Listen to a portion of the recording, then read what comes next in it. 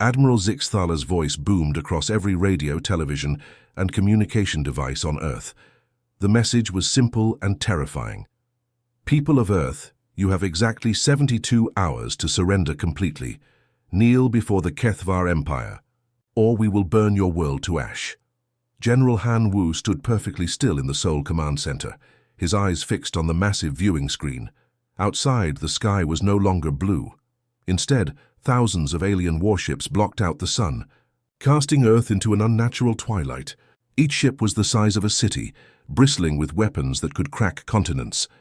The command center buzzed with nervous energy. Officers from every nation on Earth had gathered here for this moment. Some whispered prayers in their native languages. Others checked their weapons for the 100th time. Everyone knew that humanity's next decision would determine whether their species lived or died. Captain Yuri, Han Wu's most trusted officer, stood beside him watching the alien fleet. She had fought in 3 wars and never shown fear, but today, her hands trembled slightly. Sir, their technology is beyond anything we've ever seen. Those ships, they're massive. How can we possibly fight something like that? Han Wu turned to face the room full of Earth's military leaders. Representatives from Korea, Japan, America, Russia, India, Brazil, and 50 other nations all waited for his words. As the elected commander of Earth's unified defense forces, the weight of 7 billion lives rested on his shoulders. Broadcast this message on all frequencies, Han Wu said, his voice cutting through the worried chatter. Make sure every human on Earth and every alien in space can hear it clearly. The communication officer nodded nervously. Channel open. Sir, broadcasting to the entire planet and beyond. Han Wu stepped forward, looking directly into the camera that would carry his words across the galaxy. To the Kethvar Empire, we have received your ultimatum. You have given us 2 choices, surrender or die, but we choose option 3. Yuri frowned, confusion evident on her face. What's option 3, sir? Han Wu's expression hardened, and for the first time since the aliens arrived, he smiled. It was not a friendly smile. It was the smile of a predator that had just spotted prey. We make them regret asking. The alien fleet had traveled across the galaxy expecting an easy victory. Their records showed that the Kethvar Empire had conquered 47 different species across 3 spiral arms of the galaxy. Every single one had eventually surrendered when faced with the Empire's overwhelming power. Pirates, warriors, peaceful traders, advanced civilizations, primitive tribes, all had knelt before the Kethvar war machine. They expected humanity to become number 848 on their list of conquered species. They had studied human broadcasts, analyzed Earth's military capabilities, and calculated the exact psychological pressure needed to break human resistance. They were completely, utterly wrong. The alien bombardment began exactly at dawn, just as Admiral Zixthaler had promised. The morning sky erupted in brilliant flashes of deadly light as energy beams powerful enough to melt entire mountains lanced down from the Kethvar fleet. These were the same weapons that had shattered the defenses of hundreds of worlds across the galaxy. But something impossible happened. The devastating beams struck Earth's atmosphere and simply disappeared.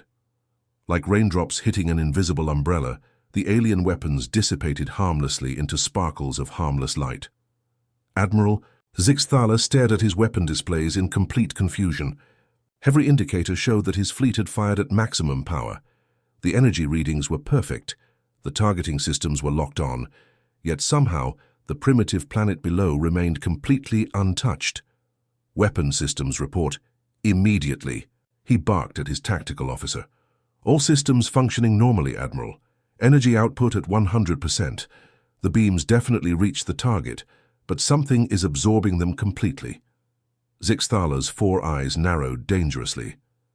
How are these backward primitives deflecting weapons that destroyed the armored cities of Korath Prime?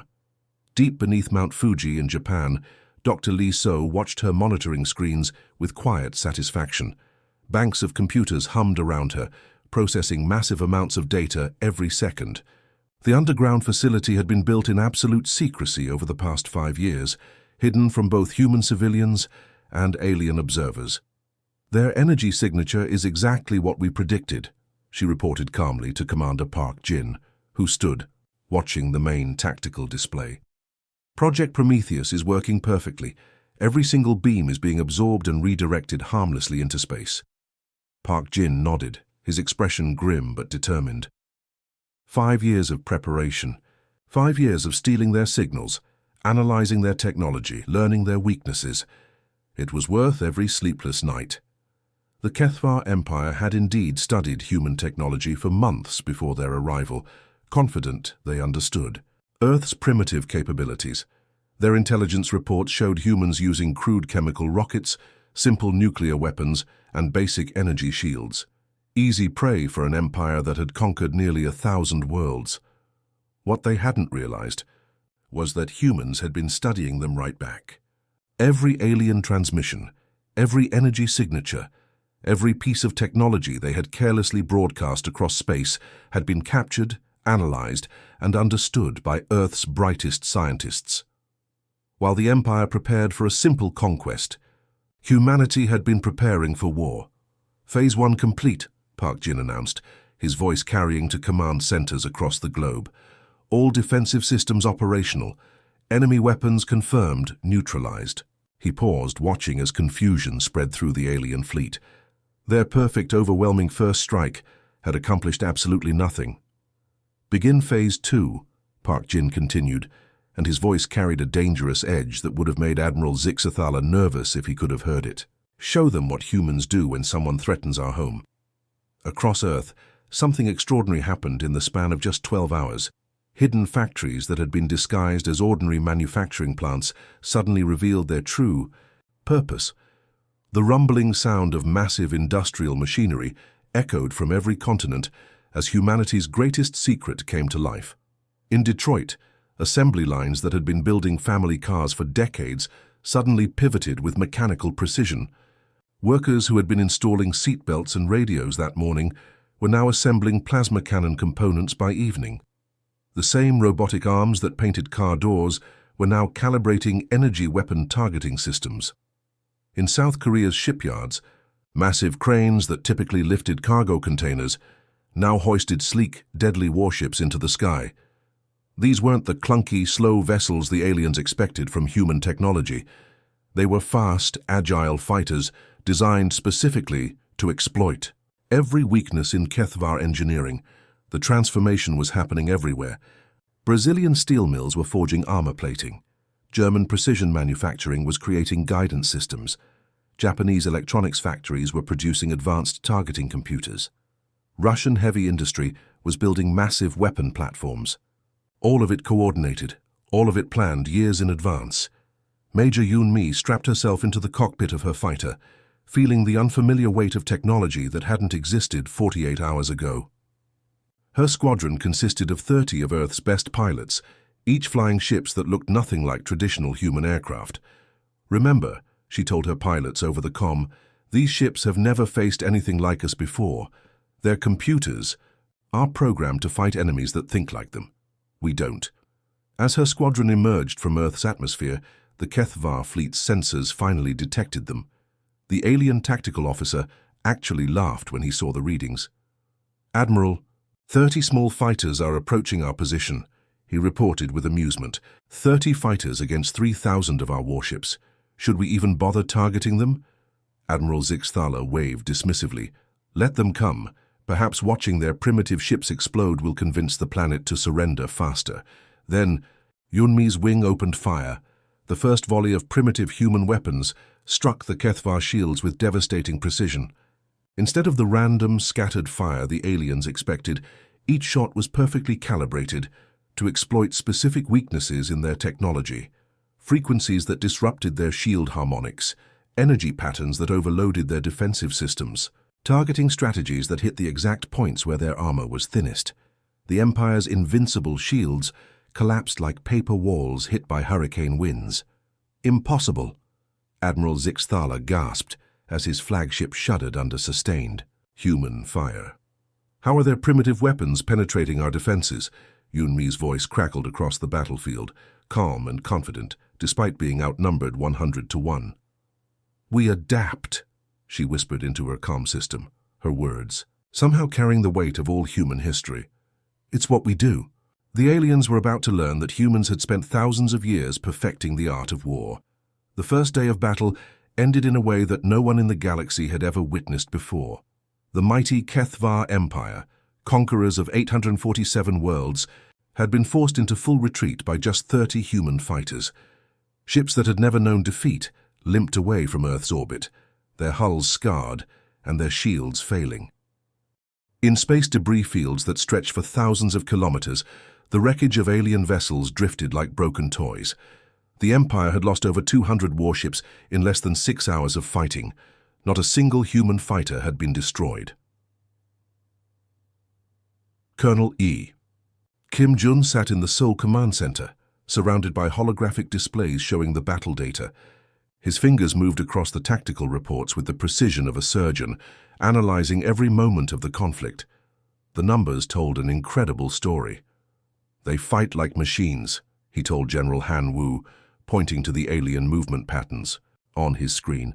"Look at these formations, perfect geometric shapes, textbook maneuvers. Every ship responds exactly the same way to the same situation." Han Wu leaned over Kim Jun's shoulder, studying the data. Predictable formations, predictable responses. "It's like they're following a rulebook that was written 1,000 years ago and never updated." Dr. Lee. So looked up from her workstation, where she had been analyzing captured alien communications. "I've been listening to their battle chatter. Their entire military doctrine assumes that every species they fight will behave exactly like they do. Honor above tactics, tradition over innovation, neat formation flying instead of creative chaos." She pulled up recordings of alien commanders shouting orders during the battle. Even translated into human languages, their confusion was obvious. They kept demanding to know why human pilots weren't following proper combat protocols or maintaining honorable engagement distances. Kim Jun shook his head in amazement. They've conquered hundreds of worlds using the same basic strategies. Every species they've faced must have fought the same way they do, lined up in neat rows, followed ancient traditions, and died with honor. "Lucky." "For us," Han Wu said with a grim smile, "humans gave up fighting fair about 10,000 years ago. The truth was that humanity had spent millennia learning that survival mattered more than honor. Human military history was filled with brilliant tactical innovations, surprise attacks, and creative solutions to impossible problems. From ancient ambush tactics to modern guerrilla warfare, humans had always found ways to defeat stronger enemies through cunning and adaptability. Dr. Lee So's computers chimed with new intelligence data. "The Empire's reinforcement fleet is already en route, 3 times larger than the first wave. They'll be here in 4 days. Han Wu nodded calmly. "Good. Now we know exactly how they think, how they fight, and how they break." The first battle was just our introduction. Kim Jun began updating the tactical displays with new battle plans. "The real war is about to begin. Project Icarus is ready," Dr. Choi Hai announced from the Antarctic Research Station, her voice crackling through the communication systems to every command center on Earth. Outside her reinforced windows, massive electromagnetic generators hummed with enough power to light entire cities. Commander Park Jin watched the energy readings climb steadily on his displays in Seoul. The numbers were staggering, enough controlled energy to move mountains or boil oceans. "The Empire's fleet is holding position exactly where we predicted. They think Earth's gravity well is a trap that keeps us pinned to our planet." He smiled coldly as he watched the alien ships arrange themselves in a perfect siege formation around Earth. "They think we're helpless mice caught in our own cage." Major Yun Mi's voice came through the comm from her fighter cockpit, where she waited with the rest of humanity's space forces. "They're about to learn that sometimes the mouse builds the trap for the cat." For 3 years, humanity's greatest scientists had worked on Project Icarus in absolute secrecy. They had studied Earth's magnetic field, learned to control solar, plasma, and discovered how to turn the planet's natural defenses into the ultimate weapon. What looked like scientific research stations at both poles were actually the control centers for the most devastating weapon ever created. Dr. Choi Hai's fingers moved across her control panel with steady precision. Magnetic field amplifiers at maximum power. Solar plasma collectors charged to capacity. All safety protocols confirmed. Commander Park Jin took a deep breath. Execute Project Icarus. The sky erupted. In an instant, Earth's magnetic field became a weapon of unimaginable power. Controlled. Solar plasma, normally safely deflected away from the planet, was instead channeled and focused into devastating streams of stellar fire. The Aurora Borealis and Aurora Australis exploded outward from both poles, but instead of beautiful dancing lights, they became rivers of destruction flowing through space. The alien fleet, caught perfectly within Earth's gravity well, found themselves trapped in a cage of burning plasma. Ships that could withstand asteroid impacts were torn apart by the raw power of a weaponized star. The primitive planet below had somehow turned its own atmosphere into an inferno that reached deep into space. Major Yoon Mi led her squadron. Through the chaos, her ships protected by specially designed shielding that worked in harmony with the plasma streams rather than fighting against them. Human vessels moved through the stellar fire like sharks swimming through water, completely untouched by the destruction around them. Admiral Zixathala stood on his command bridge, watching in horror as his mighty fleet burned in the fires of a controlled sun. Ships that had conquered worlds were being destroyed by what looked like natural phenomena, except nothing about this was natural. For the first time in his long military career, he finally understood what his empire was truly facing. Humans hadn't just adapted to war or learned to build better weapons. They had weaponized their entire planet. Captain Na Young gripped the controls of the stolen Kethvar destroyer as it glided silently through enemy space. The ship looked exactly like any other vessel in the Empire's fleet, but hidden beneath its familiar hull was a crew of 30 humans who had spent weeks studying every detail of alien culture, language, and military protocol. Her communications. Officer Lieutenant Baek Min had practiced the alien clicking sounds and electronic harmonics for hundreds of hours until he could speak perfect Kethvar. The rest of her crew had memorized Empire military codes, learned their computer systems, and even studied alien eating habits to make their deception perfect. Empire Command, this is Battle Group 7 requesting immediate supply coordinates, Beckmin transmitted, his voice carrying the exact tone and rhythm of a tired alien commander returning from patrol duty. Na Young held her breath as they waited for a response. If the Empire suspected anything, her small ship would be vaporized in seconds by the massive defense platforms surrounding the supply base. Battle Group 7, welcome back, came the reply from the unsuspecting alien base commander. Transmitting, supply depot locations now. You're cleared for standard resupply at stations Alpha, Beta, and Gamma. Na Young exchanged a quick glance with her crew. The aliens had just handed them the exact locations of 3 critical supply depots that fed the Empire's war machine. 6 hours later, those 3 supply depots were smoking ruins drifting in space. Human strike teams had appeared out of nowhere, moving with precision that the Empire had never encountered. They didn't destroy everything like traditional raiders. Instead, they surgically removed the most valuable technology, weapons, and supplies before vanishing back into the darkness between stars. The hunters have become the hunted, Na Young reported back to Earth, as her ship escaped with enough stolen Empire technology to outfit an entire human battle fleet. Admiral Zixathala, now commanding what remained of the Empire's forces in full retreat, stared at the reports flooding his command center. Human attacks were being reported across 7 different star systems simultaneously. Supply convoys vanishing, communication relays going dark, forward bases found empty except for messages written in human languages.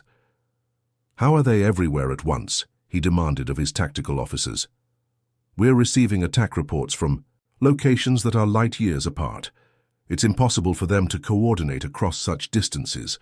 His intelligence officer, trembling with fear, delivered the news that made Zixathala's blood run cold. Sir, we've confirmed that humans have captured over 40 of our ships. They're using our own vessels and identification codes to move freely through Empire space. Admiral Zixathala was finally learning what every human child understood from birth. When you threaten one human's home, you threaten them all. And humans had a very long reach. Supreme Admiral Kolthis emerged from hyperspace at the edge of Earth's solar system, with the largest military force in galactic history. Behind him stretched an armada that had never been assembled before, 5,000 of the Empire's most powerful warships, each one capable of destroying entire worlds. This was not just a fleet, it was the combined might of a civilization that had ruled the galaxy for 1,000 years. "Sterilize the entire system," he ordered coldly, his four eyes burning with rage. "Every planet, every moon, every asteroid. I want nothing left but cosmic dust and silence, no survivors." The Supreme Admiral had built his reputation on total warfare. When worlds resisted the Empire, he didn't just conquer them, he erased them completely from existence. His ships carried planet-cracking weapons that could split worlds in half and turn entire civilizations into memories. General Han Wu stood in Earth's command center, watching the massive alien armada approach through long-range sensors. The scale was breathtaking and terrifying. Each enemy ship was larger than Earth's biggest cities, and there were thousands of them advancing in perfect formation. "They brought everything they have," he observed calmly. Though everyone around him could feel the tension in the air, Dr. Lee So looked up from her monitoring stations, where streams of data showed the enemy fleet's approach. Her expression was not one of fear, but of grim satisfaction. "Good," she said with a cold smile. "It'll save us time hunting them down later." As the Empire's armada moved deeper into the solar system, Supreme Admiral Kolthis began to realize that something was terribly wrong. His sensors were detecting massive energy signatures from every direction. What should have been a simple attack on a single primitive world was revealing itself to be something entirely different. Jupiter's moons, which should have been barren, chunks of rock and ice were bristling with weapon installations. Europa, Ganymede, Io, and Callisto had been transformed into fortress worlds, each one capable of defending against entire fleets. The asteroid belt was moving in patterns that defied physics, revealing that what looked like natural space rocks were actually camouflaged battle stations and hidden weapon platforms. Massive structures that had been disguised as mining operations suddenly powered up, revealing themselves as military installations. Mars itself glowed with the energy signatures of a planet-sized weapon system. The red planet had been completely converted into a single massive fortress, its entire surface covered with defensive systems and offensive weaponry. "They've militarized an entire star system," Supreme Admiral Kolthis whispered in disbelief.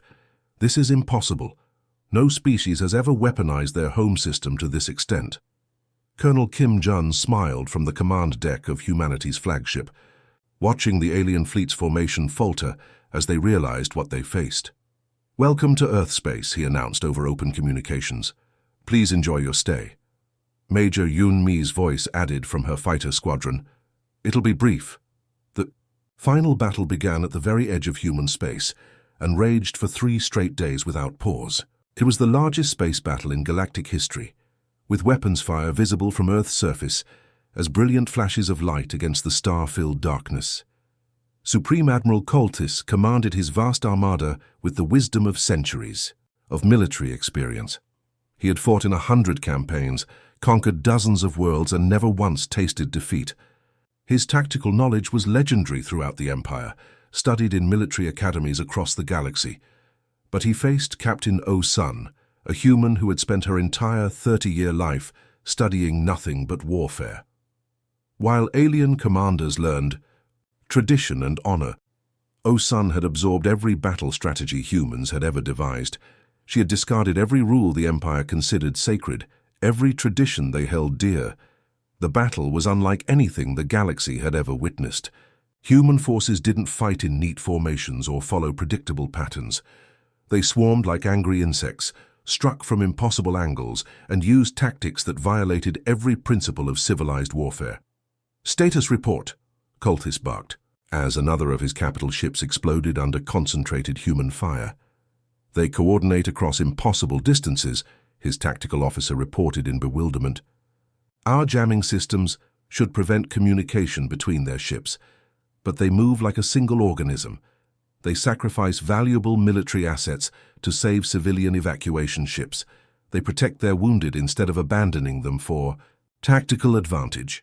Kolthis watched his perfectly organized battle plans crumble as human forces did the unexpected at every turn. "They fight like—" he began, then stopped. "Like what, sir?" his aide asked nervously. "Like they've already won," Kolthis whispered in growing horror.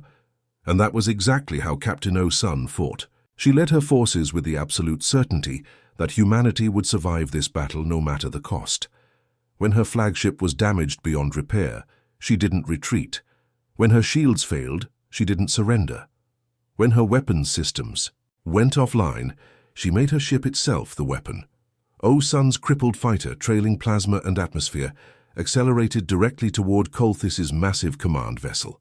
The Supreme Admiral watched in disbelief as the tiny human ship punched through his shields and armor like they were made of paper. In the split second before impact, as both ships exploded in a brilliant ball of fire that killed them both, the Paus. Empire's greatest admiral finally understood the terrible truth about humanity. Humans didn't fight wars just to win battles or conquer territory or gain resources like every other species in the galaxy. They fought wars to ensure that no one ever again could threaten their home, their families, or their way of life, even if it meant dying to achieve that goal. The once mighty Empire's shattered fleet limped away from Earth space like wounded animals, fleeing from a predator they had never imagined could exist. Of the 5,000 warships that had arrived with Supreme Admiral Kolthis, fewer than 800 remained functional enough to retreat. The rest floated as debris in the cold vacuum of space, permanent monuments to the Empire's first real defeat in over 1,000 years. President Lim Yun stood in the Seoul Command Center, her image being broadcast across the entire galaxy through captured Empire communication networks. The transmission reached every world, every species, every enslaved population that had lived under Kethvar rule for generations. The alien counselor who appeared on screen was visibly shaking, his usual arrogance replaced by desperate fear. "The Hegemony Council offers humanity full partnership as equals within the Empire," he said, his voice cracking with panic. "Full representation in our government, shared technology, mutual defense agreements. We can work together to bring peace to the galaxy." President Lim Yun looked directly into the camera, her expression calm but absolutely unyielding. "We're not interested in joining your empire," she replied with quiet authority. "We've seen how you treat your partners. But we are very interested in helping others build their own futures." Her words traveled across space at the speed of light, reaching enslaved worlds throughout the galaxy. On planets where alien species had lived under Empire oppression for centuries, her message sparked something that had been buried but never destroyed: hope. Within hours, rebellions began erupting across 7 spiral arms. Species that had forgotten they were capable of resistance suddenly remembered how to fight. The Empire's communication networks, compromised by human infiltration, carried coordination signals between rebel groups separated by thousands of light years. General Han Wu stood at the observation deck, watching as human ships launched from Earth's orbital shipyards. These weren't warships heading out for conquest. They were cargo vessels filled with weapons, technology, and most importantly, human advisors who understood how to fight against impossible odds. "Look at that," Dr. Lee So said, pointing to the tactical display showing human ships spreading across the galaxy like seeds carried by the wind. 6 months ago, we were a single planet facing annihilation. Now we're carrying hope to enslaved worlds we've never even heard of. The display showed dozens of human vessels reaching out to rebel movements, sharing technology that could pierce Empire shields, tactics that could defeat Empire formations, and most crucially, the knowledge that resistance was not only possible, but successful. "They ordered us to kneel," Dr. Lee So observed, watching the galactic map light up with new rebellions every hour. General Han Wu smiled as reports came in of Empire forces retreating from system after system.